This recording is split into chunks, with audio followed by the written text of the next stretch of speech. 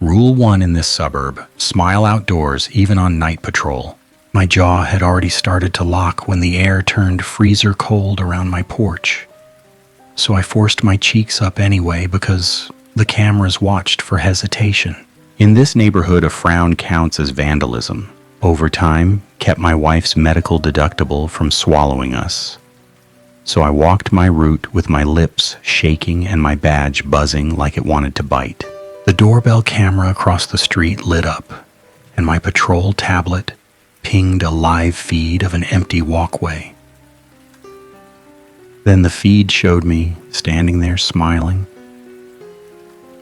Cold never used to scare me. Working alone at night did, because every small thing felt aimed, personal, like the street knew my name and held it for later. I had told myself this job was easy money with a quiet title: community patrol, contracted by the association, one shift binder, one gate code, one simple promise to keep the place pleasant. I am writing this down now because the logs disappear at sunrise, and because the last thing I did on that shift was copy them. If anyone on the board sees this, I'm finished. At 2:37 a.m. On a Wednesday, my fingers were numb on the tablet screen, and the coffee I poured in the patrol office had gone flat, like it had been sitting in the pot for days. The mug had a hairline crack that warmed my palm in one spot, a small comfort I didn't deserve. A plastic folder marked with a red revision sticker sat under the monitor. The corner curled like it had been peeled up and slapped down too many times. The binder tab that should have said which version it was had been torn off, clean and deliberate. Overtime meant staying quiet.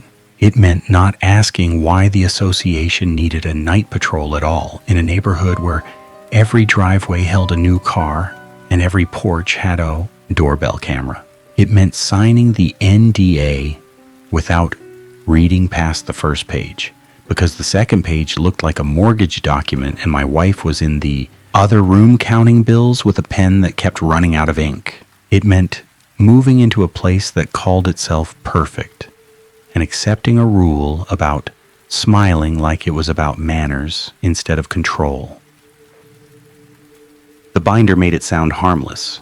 The first page had a coffee ring, like someone had rested a cup there while they made decisions for other people, and two initials in the margin that didn't match the name on the signature line. The summary was short, almost friendly, and that made my stomach tighten. A line in the middle, printed in gray toner that faded at the edges, read, "Civility compliance reduces incidents and increases safety outcomes." Under it, someone had stapled a laminated card. The plastic bubbled in one corner from heat. The laminated card said, "When you are outside, you will maintain a visible smile. Do not cover your mouth. Do not turn your face away from street-facing cameras." I remember laughing under my breath when I first saw it, because it sounded like a joke from a corporate training video.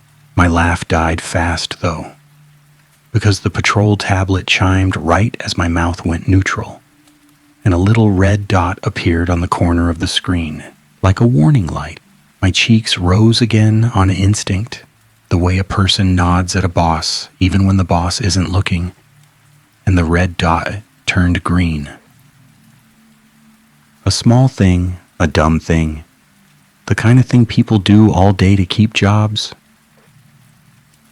The unique code that made it feel official came later, when the binder told me to file a form for any expression anomaly. It wasn't a page of instructions. It was a sentence that used a number like a threat.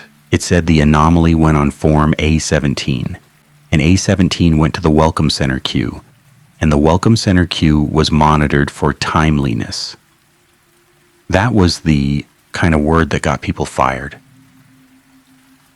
My first week on the route, I treated it like any other gated community gig. I checked latches twice because an old warehouse job taught me that locks lie when you're tired.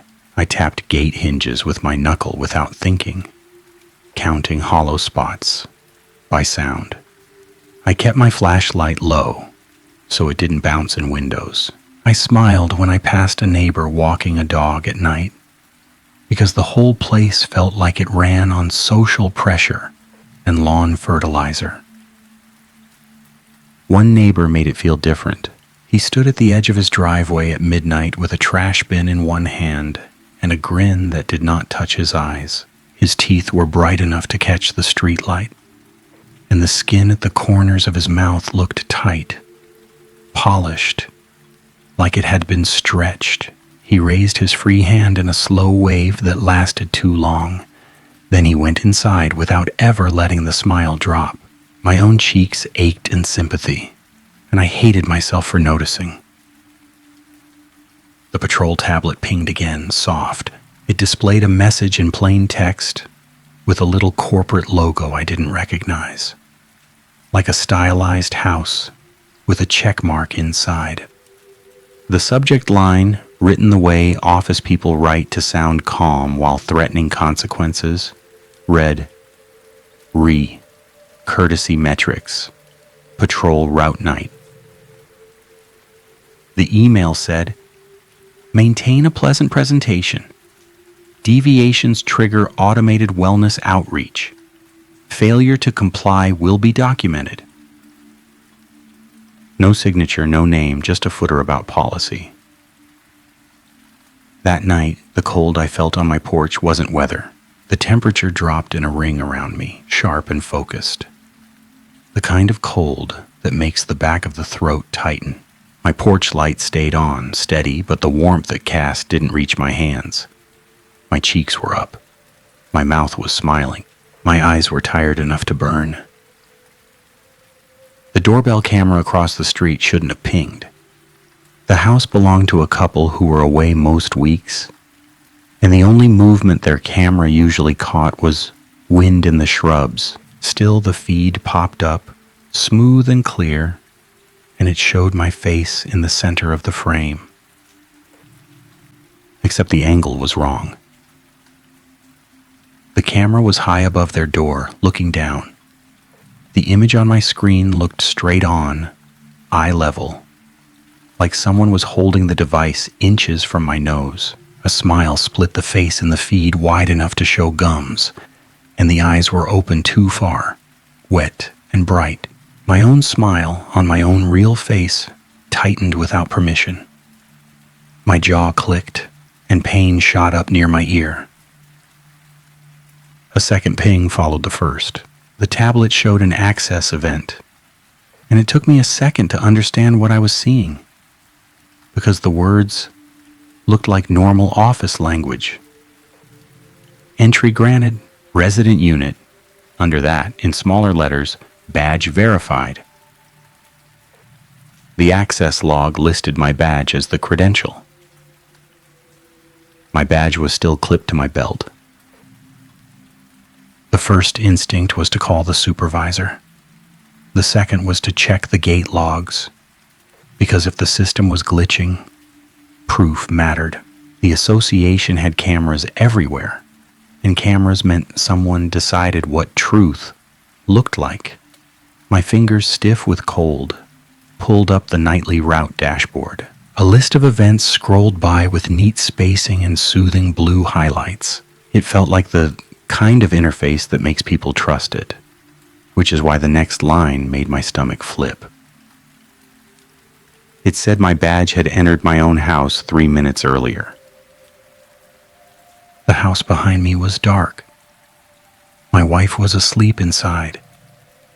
I had kissed her forehead before leaving and promised I wouldn't wake her unless something was wrong. I had meant it. I always meant it, even when I lied. The lie had started earlier that evening around dinner.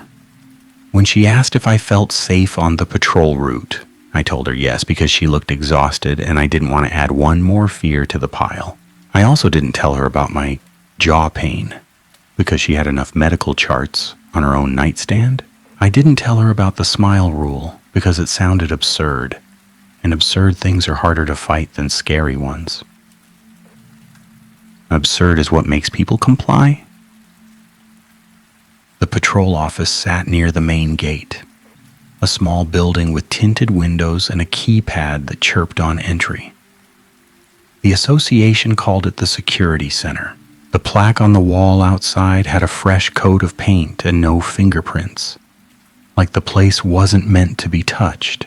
Inside, the air usually smelled faintly like copier toner and citrus cleaner.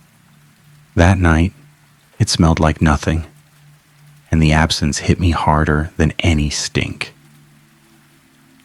Silence isn't quiet. Silence is a missing layer. The tiny refrigerator in the corner hummed most nights. The fluorescent light above the desk buzzed in a way that got under the skin if a person listened too long. The old wall clock ticked, and I hated it. But it kept time honest. When I stepped inside, the refrigerator stopped, the light stopped buzzing, and the clock hand froze mid-sweep. The only sound left was the soft drag of my boots on tile. My breath sounded too loud. My smile felt too heavy.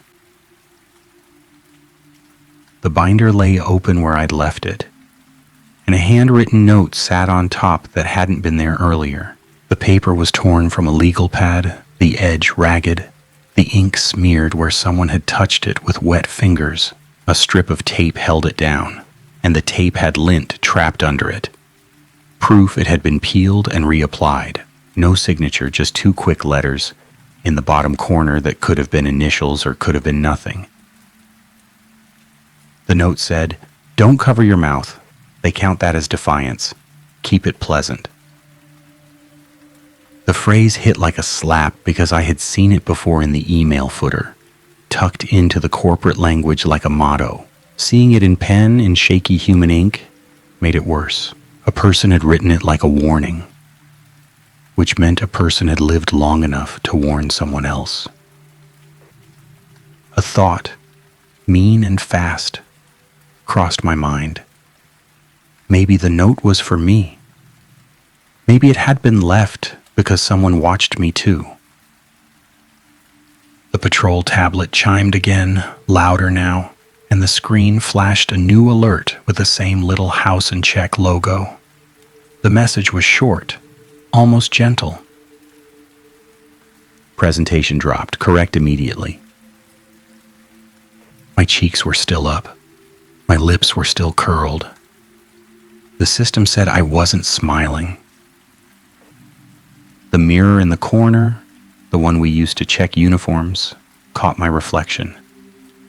My face looked normal, tired, sweaty. An ordinary man trying to look agreeable. The problem was my eyes. My eyes were fixed on the screen like the screen was a predator, and the muscles around them had gone sharp. I tried widening my smile. The tablet stayed red. A camera above the monitor clicked softly, a tiny mechanical sound that made my neck prickle. That camera wasn't listed in the equipment inventory in the binder. I knew because I had read every page after the first weird alert, pretending I was being thorough for the job, when really I was trying to reassure myself. My stomach tightened again because something unlisted meant something denied. The association had a rule for unlisted equipment: do not touch. The laminated card in the binder had another line. The edge of the print smeared like someone had dragged a thumb across it. The smear covered part of a sentence, and I had assumed it was a copy defect. Under the smear, the card said, "If the system flags an anomaly, you will file A17 and wait for outreach. Do not attempt physical correction." Physical correction. The words looked harmless, like it meant, don't confront residents. My mind tried to keep it in that safe category. My jaw pain didn't let me. A green notification popped up on the screen. A new access event, a new door. Welcome Center entry granted. The Welcome Center was on the far side of the neighborhood, past the model homes and the clean playground we never used. It was where the board held meetings and where new residents signed paperwork and smiled for their ID photos. It was where my wife and I had sat under bright lights, while a friendly woman explained community guidelines as if they were amenities. The friendly woman had worn a smile that didn't move. My radio sat on the desk, unplugged, because I preferred quiet unless something real happened. The radio crackled anyway, and my skin prickled because sound had returned in the wrong place. A voice came through, smooth and calm. The kind of voice that could talk someone into signing anything. Patrol, respond to courtesy outreach. Welcome Center immediate. The voice didn't use my name, which felt normal and wrong at the same time. It didn't ask if I was available. It didn't check if I had eyes on the situation. It said respond, like the decision had already been made. My fingers hovered over the radio button out of habit, then stopped, because I couldn't ignore the fact that the radio wasn't powered. The silence in the room pressed in again, thicker now, like it didn't want the radio to exist at all. The tablet displayed a timer in the corner. No label, just a countdown in neat digits. Numbers do that thing where they turn fear into obligation. A part of me wanted to pretend I hadn't seen it. A bigger part wanted to follow the rule, file the form, wait for outreach, let the system handle it, because systems love obedience and punish improvisation. That's the kind of thinking that keeps people alive in offices and kills them in places like this. My jaw popped again.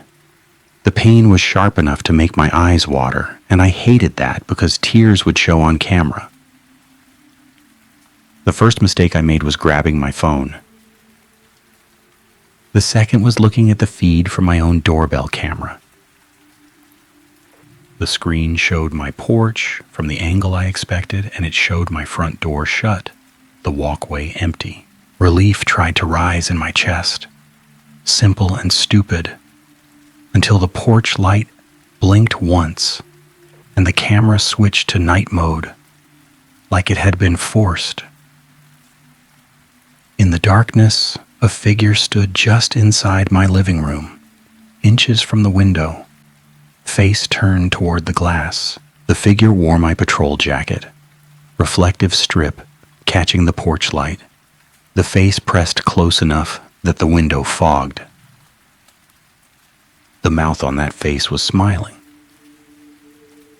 The third mistake I made was whispering my wife's name out loud. Sound matters in places that measure people. The tablet flashed red again. Hostile audio event detected. Hostile for a whisper. My habit from an old job kicked in, and I checked the door latch to the patrol office twice, then once more, because my brain wanted control. The latch was solid, the deadbolt engaged, the security chain hung straight. The logic part of my mind tried to solve the problem like a break-in. Unknown intruder, access used, check perimeter, call support. Support was a voice on a dead radio. The binder had a page about external calls.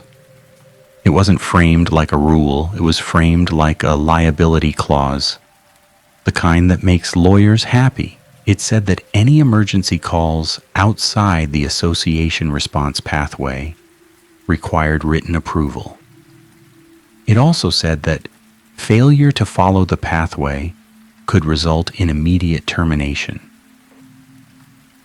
Termination felt like death when the deductible sat on our kitchen table in red ink. A new message appeared on the tablet, and this one had a revision tag in small print at the bottom. 2 letters and a number that looked like a software update. The message said, "Courtesy outreach in progress. Do not interfere. Maintain pleasant presentation." My cheeks cramped. My throat felt tight. In my mind, I saw my wife asleep in the dark, breathing through pain, trusting me. The trust tasted like guilt, even though I wasn't tasting anything. I hated that my brain went to taste at all. A blink of movement on the camera feed pulled my eyes back. The figure inside my house moved away from the window, slow and deliberate, and the camera followed it without any lag, which meant the camera wasn't just motion triggered. It was being operated. Someone somewhere watched my living room. The choice came up hard and fast, and it wasn't even dramatic. It was bureaucratic, which is worse. Either I followed the pathway and went to the welcome center, or I broke the rules and ran to my house. Breaking rules costs money. Following rules costs people. My feet moved before my brain finished deciding. I left the patrol office with my cheeks still lifted, because the camera above the door clicked as I exited, and I didn't want to give it the satisfaction of catching my fear. The cold outside hit like a slap again, sharp around my ears, and the streetlights held steady, too steady, like they were waiting for my expression to change. Halfway down the block, a porch light flicked from warm white to deep red. Not blinking, not dimming, a pure red glow that painted the walkway and turned the shrubs into black shapes. The binder had mentioned red porch lights once, in a sentence so casual it felt like a joke.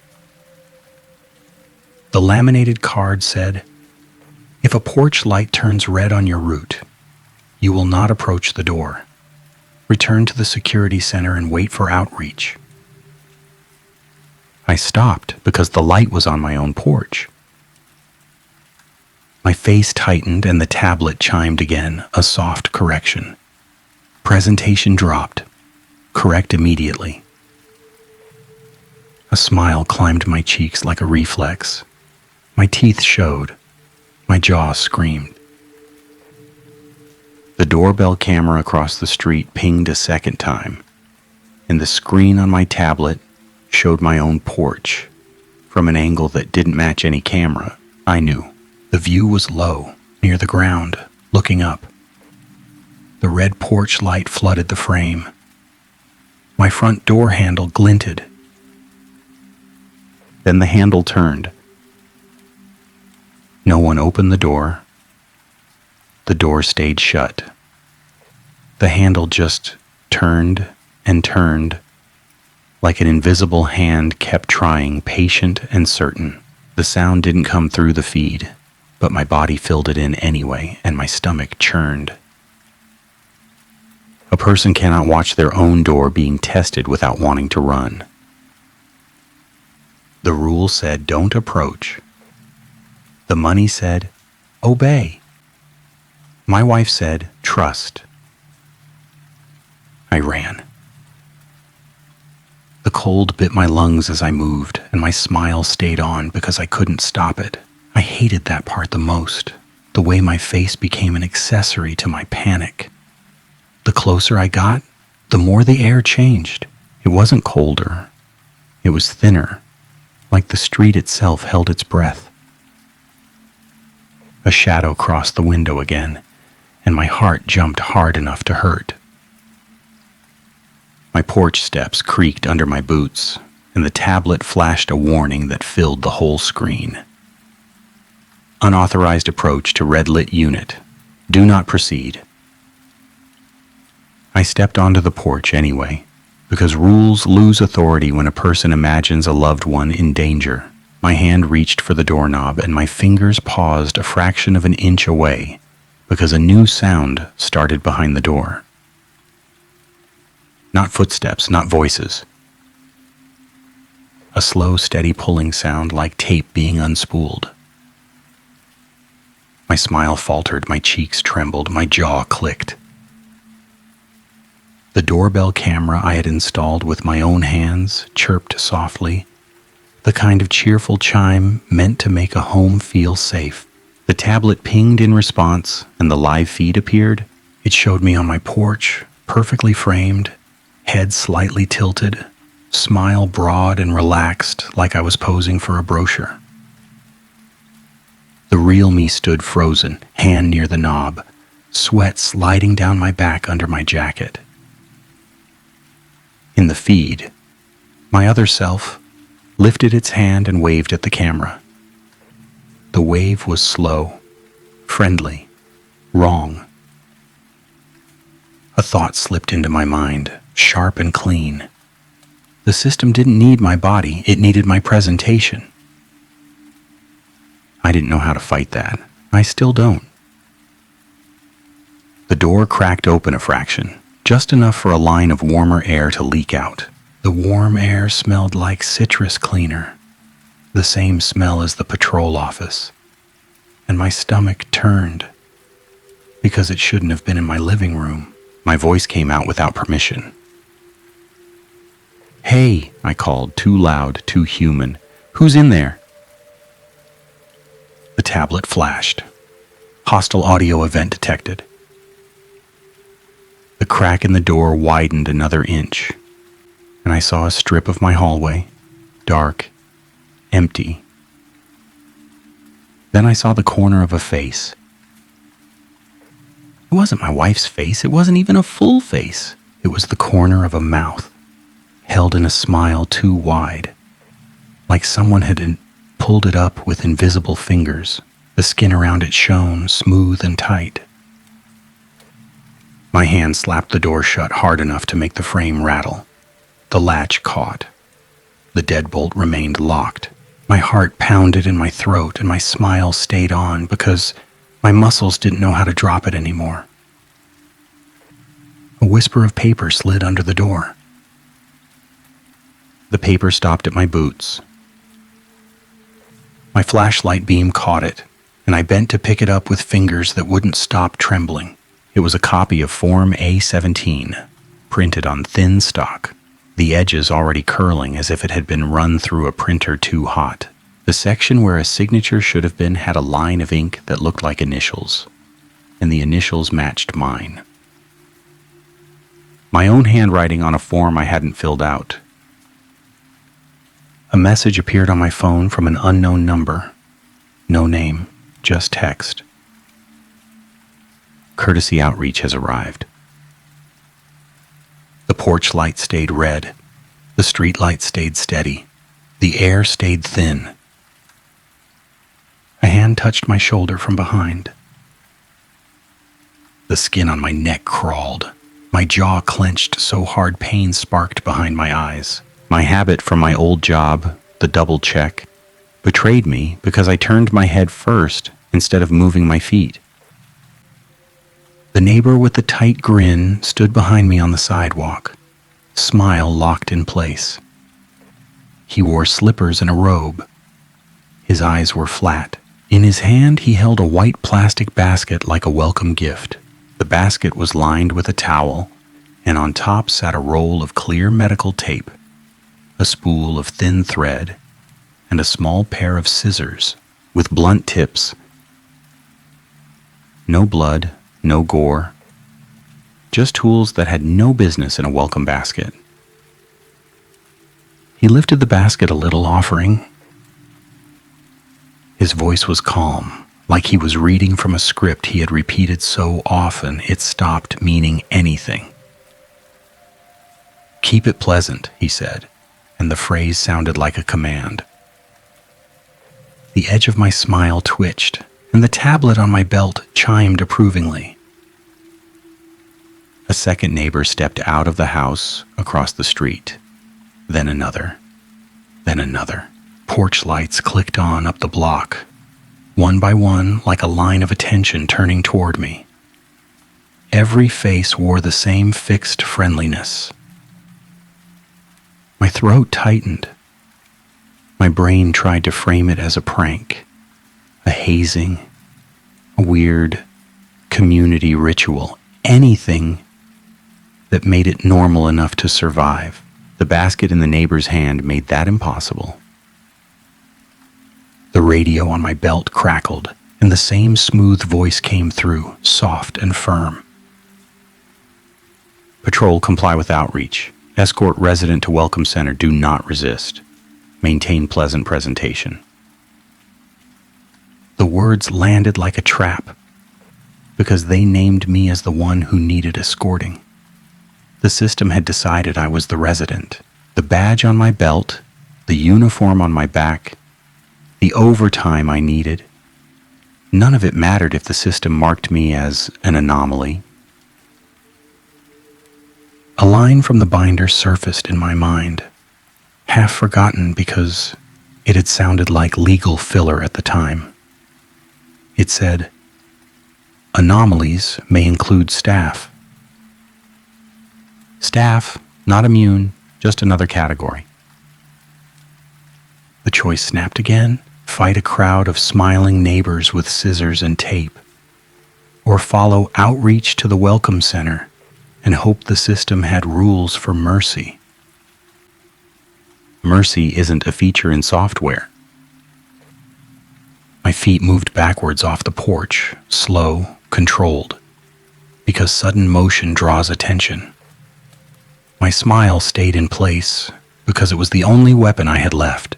I raised my hands in a calm gesture, and the neighbor with the basket stepped closer, the thread spool turning once in his fingers like he couldn't wait. A car engine started somewhere, then cut off immediately, like someone had turned a key and changed their mind. The sound was normal enough to slice through my panic, and I latched onto it because my brain needed an anchor. "Listen," I said, careful, keeping my voice low. "I need to check on my wife." The tablet flashed red. Unauthorized mention of medical distress. Outreach required. Unauthorized mention. Even my reasons were being audited. The neighbor with the basket tilted his head, smile still fixed, and for the first time his eyes flickered with something like sympathy. That flicker lasted a second, then died. His mouth didn't move, but his voice came out anyway, like a recording layered over his throat. "Wellness outreach will assist," the voice said. A panic loop started in my head, sharp and stupid. Not my house, not my house, not my house. My lips trembled. My cheeks ached. My jaw felt like it was being tightened by unseen hands. The neighborhood felt like a machine that had detected a loose bolt. I backed down the steps and turned toward the street, because the only open space left was the road. The neighbors moved in a slow arc, not rushing, not grabbing, confident like they had done this before. Their slippers scuffed on pavement. Their baskets swung gently. Their smiles didn't change. My patrol tablet pinged again, and a new message appeared. This one had a different subject line, and the words hit harder because they sounded like a personal threat. Retermination risk, courtesy debt. Courtesy debt. Like a smile was currency and I was overdrafted. A thought, clean and awful, surfaced. A person can pay debt with interest forever if the lender sets the rules. I forced my feet to move toward the welcome center, because moving toward the center of control felt safer than moving toward my own front door, where something waited. My brain hated that logic, but my body accepted it, because my body wants survival more than pride. Halfway down the street, a figure stumbled out of a side yard, and the sight snapped my focus. It was an adult woman, maybe in her 30s, pajama pants and a hoodie, bare feet on cold pavement. Her face was contorted, not in anger but in effort, like she was trying to smile and failing. One corner of her mouth kept dropping, and she kept pushing it back up with shaking fingers. Her eyes were wide with shame.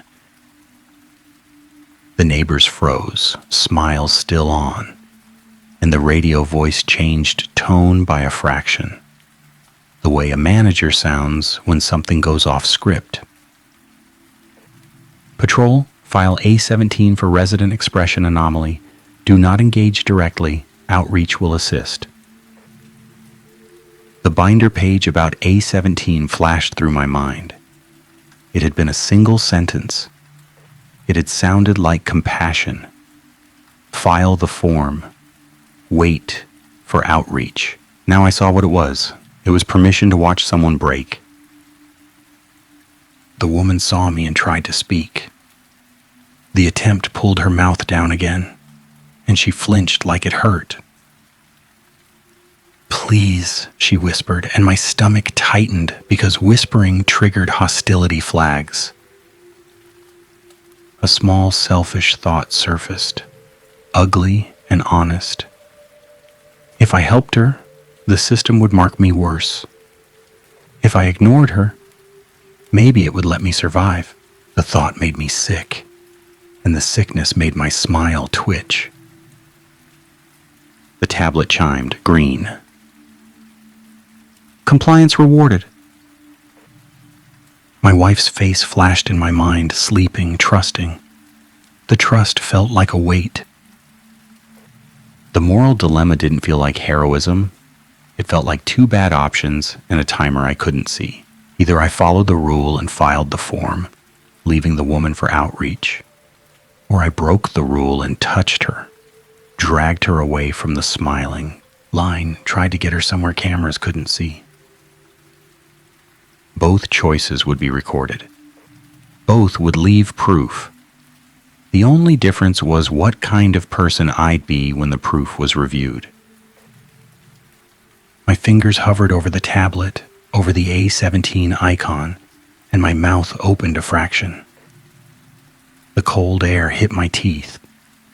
Pain shot through my jaw. I hated the pain because it felt like the system's hand. "Come with me," I said instead, and the words came out low and fast because I didn't trust myself to think longer.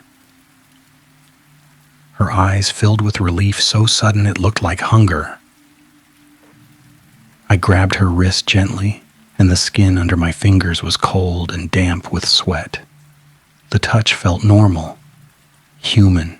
The tablet screamed with red alerts in my peripheral vision, but I refused to look at them because looking makes things real.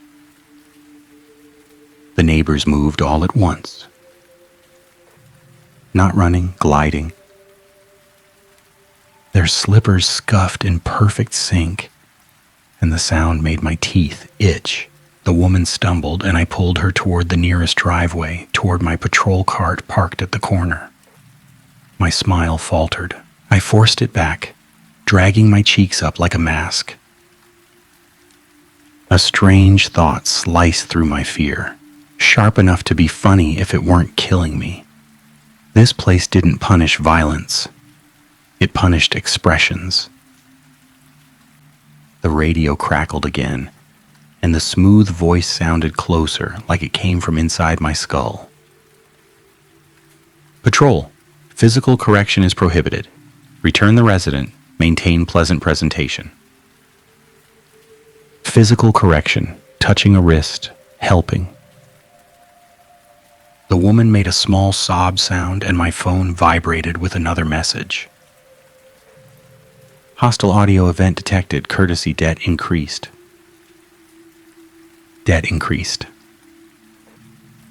A smile is just teeth until someone starts charging interest. The patrol cart door opened with my key card, because at least that system still obeyed physics. I shoved the woman into the passenger seat and slid into the driver's side. hands shaking on the wheel. My old habit flared again. Check mirrors, check lights, check exit route. The mirrors reflected faces with smiles, filling the rear view like a chorus line.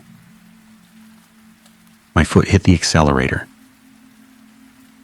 The cart lurched forward, and for a second the crowd didn't follow. Relief surged, almost warm, because movement creates distance, and distance creates hope. The red alerts on my tablet pulsed, then stopped. The tablet went quiet. Quiet isn't always mercy. Sometimes it's a hand closing over a mouth. The cart rolled toward the main gate, past manicured lawns and identical mailboxes. The woman beside me kept one hand pressed to the corner of her mouth, trying to hold it up. Tears streaked down her cheeks. Her eyes flicked toward the houses, toward cameras, toward street lights. "Don't stop," she whispered, and the whisper made her mouth drop again, and she winced like she had bitten her own tongue. A poster on a community bulletin board flashed by, lit by a street lamp, and a symbol on it snagged my attention. Not words, not a logo, just a little "not like" mark printed in the corner like a decorative flourish. I had seen it on the email footer. Too small to notice unless a person looked for patterns. Seeing it in physical ink made my skin prickle. The knot mark looked like thread looped back on itself. The main gate loomed ahead, bars painted glossy black. A keypad stood beside it with a clean screen and a little camera above it aimed at drivers. I had used it dozens of times. That night, the keypad screen showed a smile icon. Not a prompt, not a request, a requirement. My jaw clenched. My cheeks lifted. I turned my face toward the camera and smiled wide enough to hurt. The cold air stung my gums. The woman beside me tried to smile too, and she hissed quietly because the corners of her mouth trembled. The gate didn't move. A message appeared on the keypad screen, and this one had a line of small print at the bottom that made it feel like software, like a patch note. Courtesy debt outstanding, exit denied. Denied like a credit card. The cart idled. The gate stood still. The street behind us filled with slow-moving figures. The woman grabbed my sleeve, nails digging through fabric. "They won't let us out," she said, and her mouth fell on the word "won't" like it wanted to slip free. I swallowed hard because swallowing hurt, and because I realized something that made my spine go cold in a new way. The rule had never been about smiling because the neighbors liked it. It was about smiling because the system needed it. It needed us to perform pleasantness while it closed the cage. My phone vibrated again. Another email. No sender, just the subject line and a revision tag. The physical world blurred around the screen because my brain fixated on words when it had nothing else. The subject line read, "Re-courtesy debt collection, outreach escalation." The email said, "Failure to comply triggers community intervention." Community intervention, like a wellness check, like care. I looked at the gate camera, and my reflection stared back in the glossy lens. My smile was still there, but it looked strained, cracked. I thought of my wife again, sleeping, trusting. I thought of the figure in my living room with my jacket and my smile. I thought of Form A17 with my own handwriting. The system had my face. It could spend it anywhere. A small, desperate competence move came to me. The kind of fix people make in facilities when policy fails. The gate keypad had a maintenance panel on the side. The binder had never mentioned it, but my eyes had noticed it on night one because I noticed seams. I reached for a screwdriver in the cart compartment, hands shaking, and the woman stared like she couldn't decide if hope was allowed. My smile slipped as I leaned down and the keypad chimed sharply. Red. My cheeks rose again immediately, and the keypad softened, and I felt a flash of anger so hot it made my vision blur. The system was training me like an animal. Hold your mouth, I muttered to the woman, and she nodded, tears shaking loose. I loosened the maintenance panel just enough to peek. Wires, neat and color-coded. A tiny port with a cover. A label in small print that looked like a code, not a word. It read like a service tag. That was when I heard the sound. Not voices, not footsteps, not alarms. A slow, steady page-turning sound like a thick book being flipped through, one page at a time, careful and patient. The sound came from the gate pillar itself, from inside the metal, and it made my skin crawl because it wasn't electronic. It was too papery, too intimate. It sounded like someone reviewing a file, deciding what to do with a person. The woman beside me covered her ears, and her mouth dropped in the same motion. The gate keypad chimed red again, and her face twitched with panic as she tried to lift it back. A whisper of paper slid out from a slot in the gate pillar. A receipt strip, thermal paper, curling in the cold air like a tongue. The strip printed as it emerged, faint gray letters fading at the edges. My brain refused to read it at first because reading feels like consent. But my eyes snagged on one phrase anyway. Courtesy debt transferred. Transferred to whom? My stomach dropped. I looked at the bottom of the strip, where a line of initials had been stamped like a signature. The initials were not mine. They matched my wife's.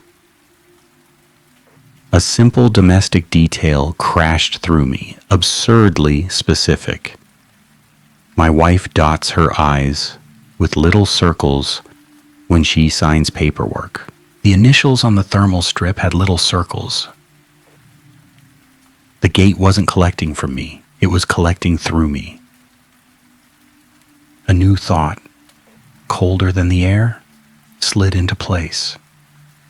The house had shown someone wearing my jacket because the system didn't need my body on my porch. It needed a face to attach debt to a household. Debt is a leash, and this place sold leashes like homes. The crowd behind us drew closer, smiles still fixed, baskets swinging.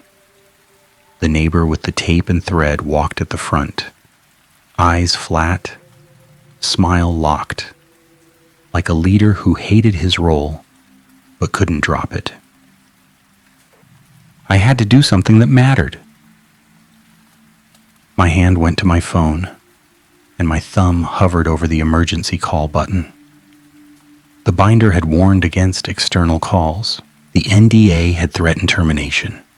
Termination would ruin us. My wife would be ruined anyway if the system collected through her. The call connected, and for half a second I heard ringing, normal, comforting. Relief surged so hard it made me dizzy. Then a voice answered, and the voice was mine. "Thank you for choosing Courtesy Outreach," my own voice said, cheerful, smiling through syllables. "Help is already on the way." The line went dead. A laugh tried to escape me, hysterical and ugly. I swallowed it, because hostile audio events trigger debt. My jaw screamed. My smile trembled. The woman's hand clutched my sleeve, and she looked at me like she had decided I was her last option. Her face had that desperate, embarrassed, pleading look adults get when they hate needing help, but need it anyway. I hated myself for thinking of my wife's face at the same time. Like both women were items on a list of obligations I couldn't meet. A pro-social impulse isn't noble when it arrives late. It's just responsibility catching up. "Get down," I told the woman, and she obeyed, curling into the footwell like she wanted to disappear. I ripped the maintenance port cover off the gate pillar because the page-turning sound made me want to tear into whatever was reading us. Inside the port, a small slot waited for a service key.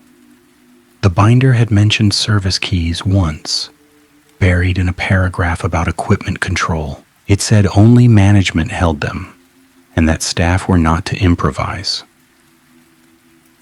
I improvised anyway because rules are paper and my wife was flesh. My keycard wouldn't fit, but the small metal clip on my badge did. I jammed it in like a lockpick, twisting.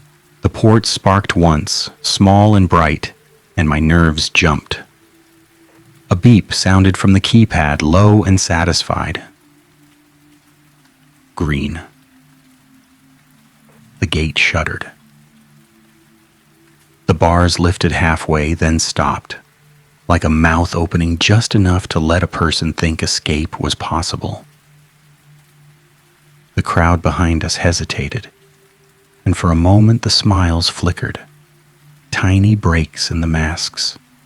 Some faces looked confused, some looked relieved. One man dropped his basket, and the scissors clattered on pavement like a mistake. A concrete reward, a real change, hit my chest like air. The gate was moving. The system was vulnerable. I hit the accelerator again, and the cart lurched forward under the half-raised bars. The metal scraped the roof with a horrible squeal that made my teeth hurt. The woman in the footwell let out a small sound, and I felt the cart clear the gate line by inches. Then the bars slammed down behind us with a finality that felt like a judge's gavel. We were outside the gate. Relief surged so hard it made my eyes sting. The road beyond the community looked normal. Cracked asphalt, a street sign at the corner, a dark stretch of quiet suburb beyond. It looked like freedom. It looked like the real world where smiles are optional and debt is at least honest. The patrol tablet on my belt went silent. The woman's sob turned into a shaky laugh, and I felt my own face loosen for the first time in hours. My cheeks started to drop. My jaw unclenched a fraction. The air didn't feel thinner anymore. A moment of victory, fragile and real. My phone vibrated again. A new access log entry appeared and my heart sank because the system still had reach. The entry was for my house. The badge credential listed wasn't mine this time. It was labeled Courtesy Proxy. Proxy. The log said the front door opened. The log said the deadbolt disengaged. The log said outreach initiated. The relief in my chest collapsed into nausea so fast it made me gag. My smile dropped completely, and the pain in my jaw eased enough to prove how deep the lock had been. The system didn't care that I escaped. The system cared that I had forced it to collect interest. My wife was the collateral. The woman beside me crawled up from the footwell, eyes wide again, and she followed my gaze to the screen. Her face shifted from relief to horror, and she tried to smile out of reflex, like she thought it might help. It didn't. "I have to go back," I said, and the words tasted like a sentence. Going back meant walking into a cage on purpose. It meant choosing the trap. It meant letting the system see me return because it would learn from that too. The voluntary part of it made my skin crawl, but duty does that. Duty makes people walk into bad places. The woman grabbed my arm, fingers digging in. "Don't," she whispered, and her mouth dropped again, and she pressed it up with shaking fingers like her own face had become a weapon against her. Leaving her outside felt like abandoning someone who had just crawled out of water. Taking her back in felt like dragging her back under. Either option would leave evidence. Either option would make someone pay. The moral math twisted again, and it wasn't fair.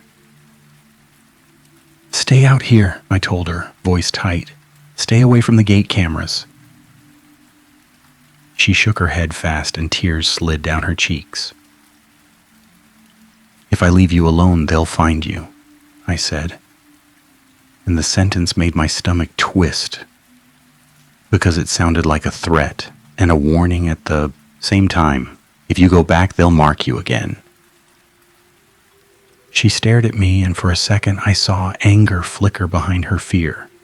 It was a human expression. It was beautiful. Then her mouth trembled and the anger died under shame. "I can't keep smiling," she whispered, and my chest hurt because I believed her.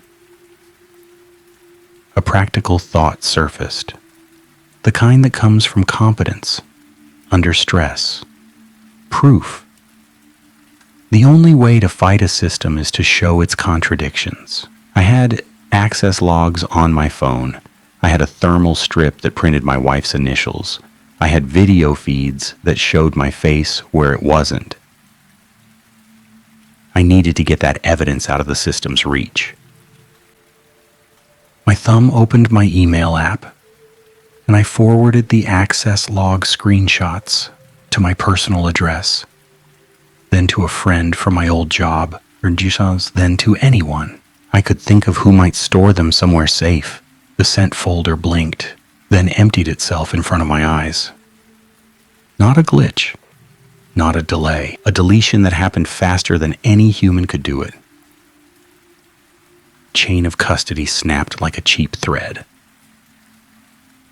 The woman watched my face and understood without me saying it. "They take it," she murmured. "Yeah," I said, and my voice came out hoarse. "They take everything." The only option left was physical. Paper. Ink. Something the system couldn't reach unless it had hands. A small metal box sat near the gate, mounted on a post, labeled with a number I refused to read because numbers feel like ownership. It was a utility drop, used for service staff and deliveries. I had seen it 100 times and never cared. Now it looked like a lifeline. I ripped the thermal strip off the gate pillar and shoved it into my pocket. I tore a page from my patrol notepad, pen shaking in my hand. My old habit returned. Write legibly, write fast, write the facts. I wrote the knot mark in the corner the best I could, looping lines like thread. Then I wrote a short note in plain words. No headers, no labels, just a sentence that might survive. Smile rule is debt collection. Do not sign. Do not accept outreach. My hand paused, and the urge to write more surged. Names, details, everything. The urge felt desperate and useless because too much information makes people dismiss a warning. A simple warning might land. I folded the note and shoved it into the utility drop. Then I added the thermal strip, because that strip had my wife's initials, and that mattered more than my own fear. The woman watched, and her face tightened in a way that looked like relief mixed with dread. "What now?" she asked, and the lack of a question mark in her tone made it a statement. Now what? Because the system doesn't end.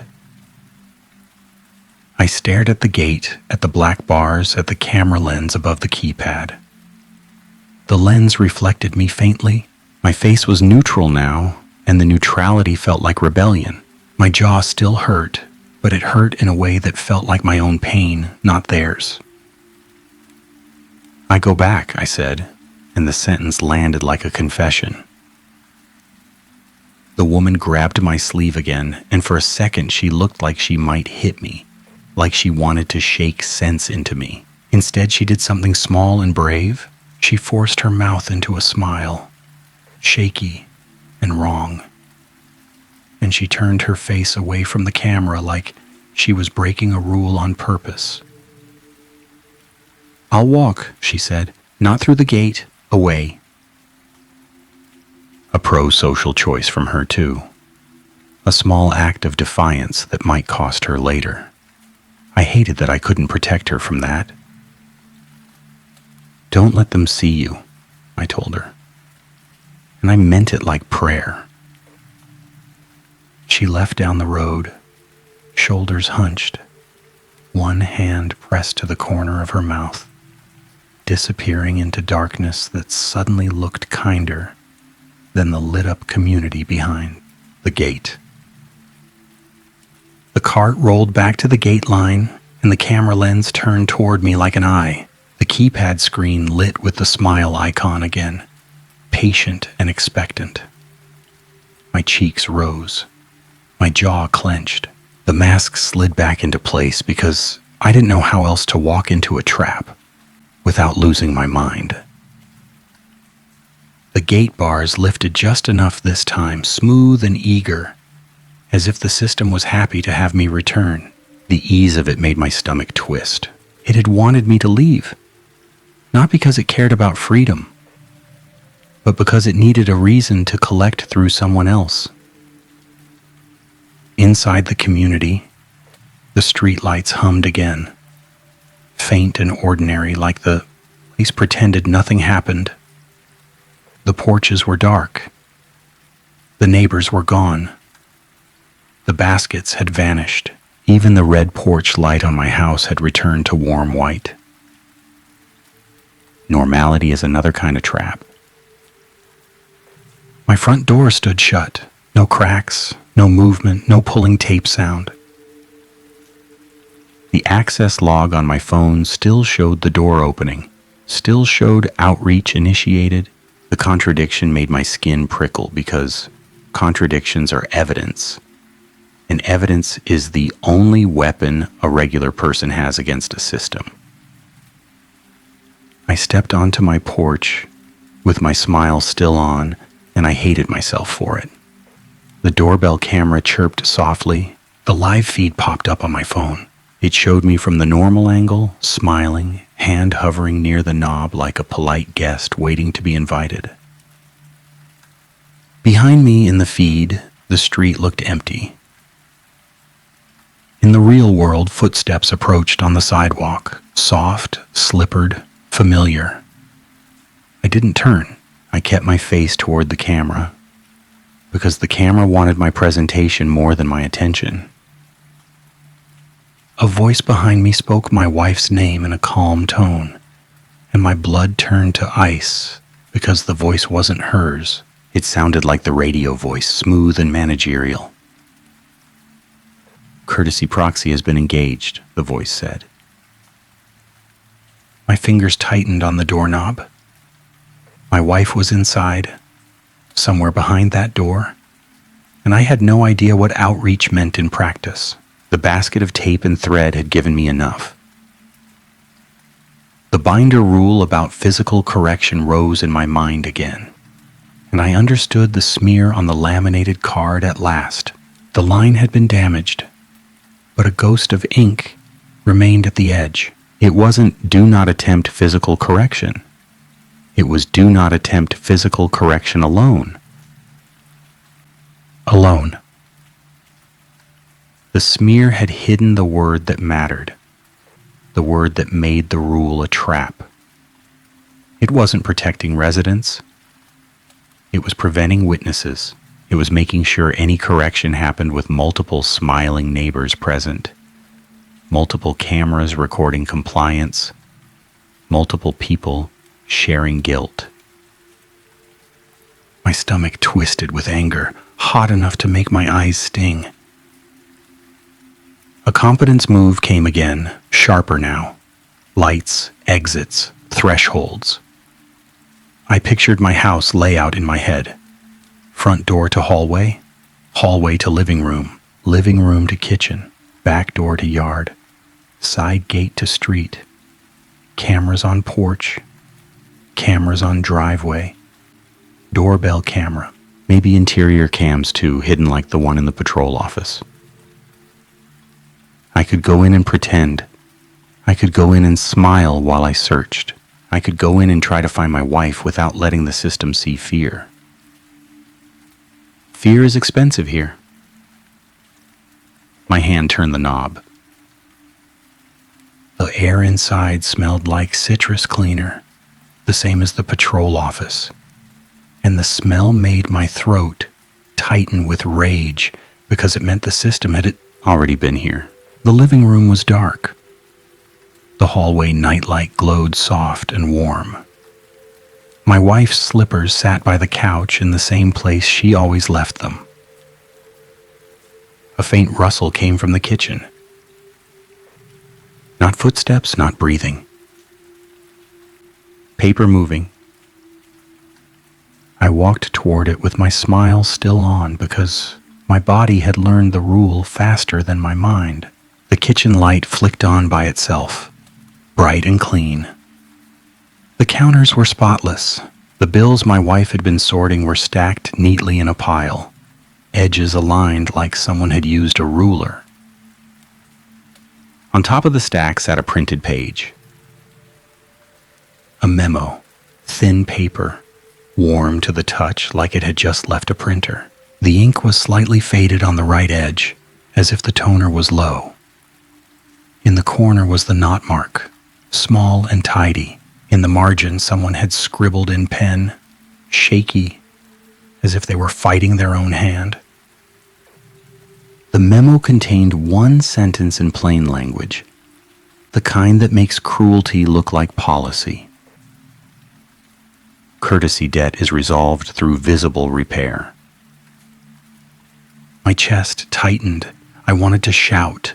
I wanted to break something. I wanted to stop smiling. The floor creaked behind me. A reflection moved in the dark window above the sink. Not a ghost, not a shadow.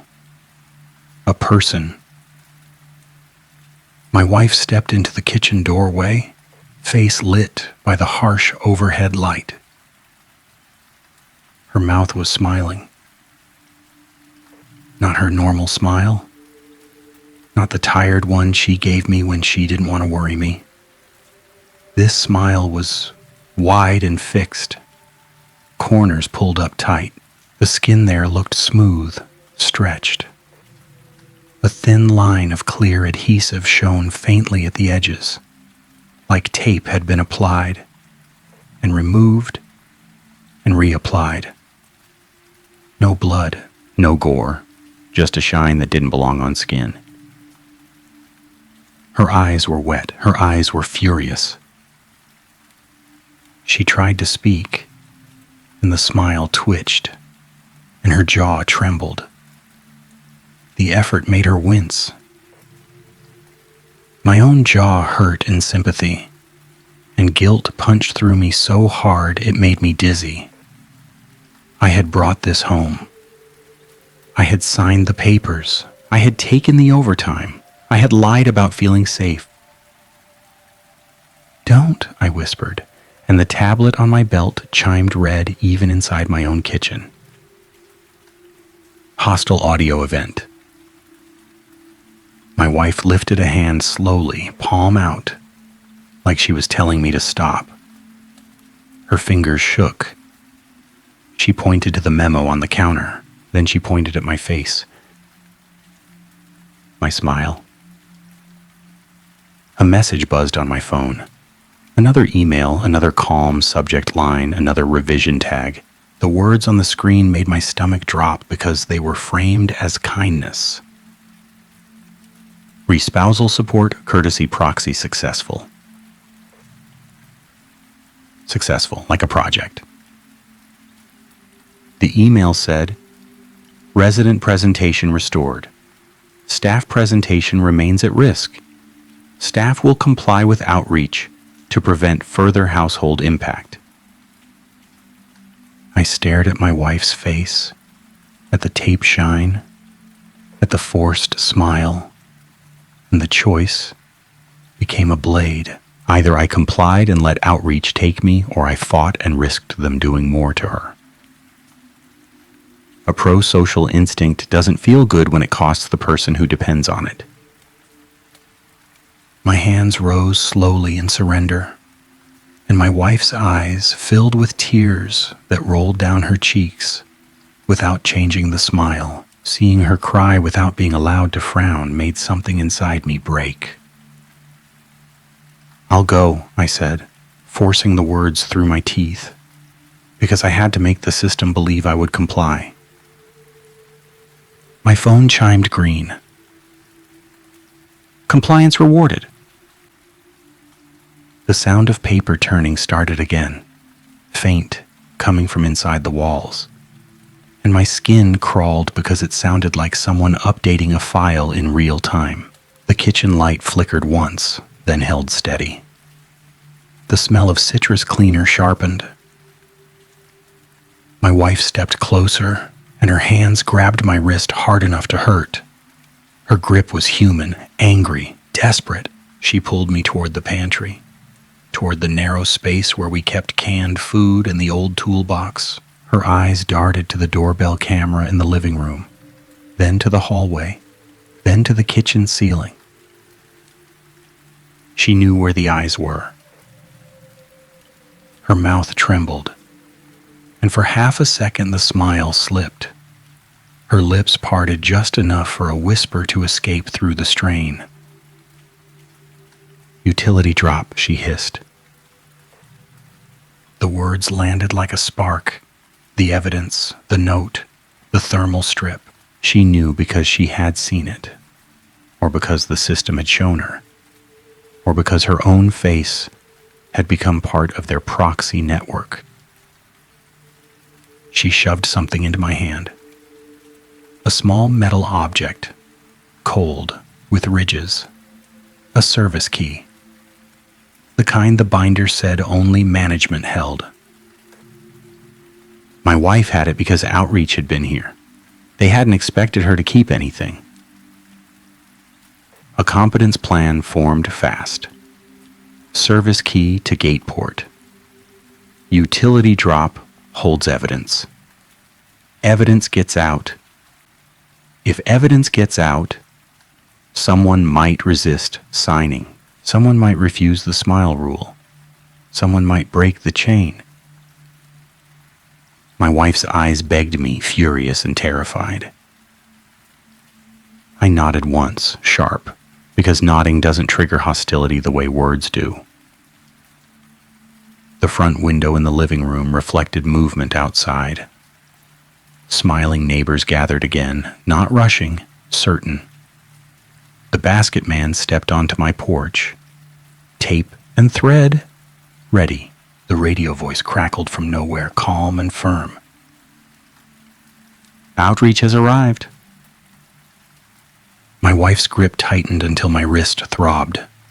Her eyes held mine, wet and burning. I wanted to say her name. I wanted to say I'm sorry. I wanted to promise something real. The system would flag it. It would call it hostile. So I did the only thing I could. I smiled at her, and it felt like swallowing glass, even though there was no glass. I turned, service key hidden in my fist, and walked toward the front door like a compliant employee heading to a meeting that would end their career. The porch light flipped red as I stepped outside. The neighbor with the basket lifted the tape like a gift. My cheeks stayed up, my jaw clenched, my eyes burned. "Keep it pleasant," I said out loud, and the phrase felt like poison. The basket man nodded, satisfied, and for a second his eyes flickered with that same sympathy as before. Then the sympathy vanished again behind the fixed smile. The group escorted me, not to the welcome center, but to the patrol office, because the system likes to correct staff where staff belong. The door opened without my key card. The camera above it clicked softly. Inside, the air smelled like citrus cleaner and toner again, and the hum of the refrigerator had returned like nothing had ever stopped. Normal layers restored, silence weapon put away. On the desk, the binder lay open. The laminated card had been replaced. No smear this time. Fresh plastic. Fresh print. The new card said, "If you are corrected, you will not resist. You will accept repair. You will not warn others." The last line was underlined twice, and the underline was slightly crooked, like a human hand had done it after the fact. A printer in the corner, the one I didn't know existed until the first thermal strip. Word to life. Paper slid out, warm and thin. A note printed in plain words. "If you comply, household impact will cease." The trap was elegant. Make the threat personal. Make the compliance feel like love. My jaw ached, my cheeks cramped. My stomach churned with anger and guilt. I took a breath, steady, because competence is a habit, even when it fails. I looked at the camera above the monitor. I looked at the hidden camera in the corner, the one I'd noticed too late. I looked at the radio on the desk, unplugged, and I listened. No crackle, no voice. The only sound was the slow page turning again, faint, coming from inside the walls. I raised the service key in my fist, smiled wider, and jammed it into the maintenance port on the desk unit that controlled the gate system. Sparks popped, small and bright, and the monitor flashed. A menu appeared on screen, not meant for me. It showed route names, resident units, staff profiles, and one section labeled with a phrase that made my throat tighten. Courtesy proxies. Under it, a list of names. Not just mine, not just my wife. Dozens. I felt something cold slide through me because the list wasn't local. It had a scroll bar that implied more. The neighborhood wasn't the only site. It was a template. A folder path on the menu showed a region code I didn't recognize. Then another. The knot mark sat in the corner of the screen like a signature. Shared universe, shared system. My hands shook, my smile stayed fixed, my heart pounded. A choice snapped into place, clean and final. I couldn't save my job. I couldn't save my face. I might not even save my wife from the tape shine and the forced grin. I could save someone else from signing. The service menu had an option to print, not email, not upload, print, physical. I hit print. The printer screamed to life, spitting out page after page, and the pages had the knot mark in the corner like a taunt. The pages listed rules, proxies, revisions, and a line that explained the whole thing in corporate language so blunt it felt unreal. Visible repair increases compliance retention. Repair, like humans or broken appliances, Footsteps approached outside the patrol office door. Smiling faces appeared in the window, watching the printer with calm interest. The radio voice crackled again, soft. "Patrol, stop printing. Maintain pleasant presentation." I kept printing. Paper piled on the desk, warm in the air. My hands grabbed the stack and shoved it into my jacket, pages crinkling. The door latch clicked. The chain slid. The basket man entered, tape in hand, smile locked, eyes flat. I held my smile and stepped backward toward the utility drop key I kept on a hook by the door, the one I had never needed until tonight. My old habit kicked in again. Count steps to the exit. 4 steps, 3, 2. The basket man lifted the tape, and the smell of adhesive hit my nose, sharp and chemical. A clean confession rose in my throat, bitter and simple. I followed the rule. That's what doomed me. My hand found the utility drop key. My fingers clenched. My smile trembled. Outside, the streetlights hummed steady, too steady. The cold ring returned around my skin, focused and precise, like the system didn't want me to reach the drop. I shoved past the basket man anyway because duty doesn't ask permission, and the neighbors surged like a slow wave. Tape brushed my cheek. Thread touched my skin. My jaw clenched hard enough to spark pain behind my eyes. The utility drop sat by the gate, metal and ordinary, and the camera above it glinted. I unlocked it, shoved the printed pages inside, and slammed it shut with a sound that felt like a gunshot in the quiet street. The gate camera clicked. The tablet on my belt chimed red, then green, then red again, confused. Confusion is a crack. The neighbors closed in, tape and thread rising, smiles fixed.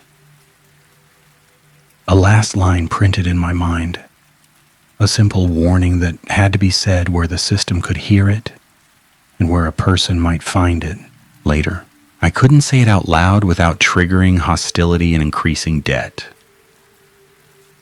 So I wrote it instead, on the inside of my patrol jacket with a pen that scratched and bled ink, and I tucked the jacket into the utility drop slot before the hands reached me. The line on the jacket read, "If you have seen the knot mark, do not ignore it." The tape touched my lips, cool and sticky. The thread pulled at the corners of my mouth, gentle at first, then firm. The smell of citrus cleaner filled the air again, and the page-turning sound swelled inside the gate pillar like applause. Somewhere behind the gate, my house porch light clicked from red back to warm white, like the system had settled the account. My cheeks rose again, not by choice. My smile locked in place, and my jaw stopped feeling like mine. The last thing I saw before the neighbor's hands blocked my eyes was the gate camera lens reflecting my face, and behind it, on the service monitor inside the booth, a new staff profile entry appeared. It had my name. It had my wife's initials. And the signature line on the first page of the binder was mine, dated months before we ever moved in, right under the phrase, "Keep it pleasant."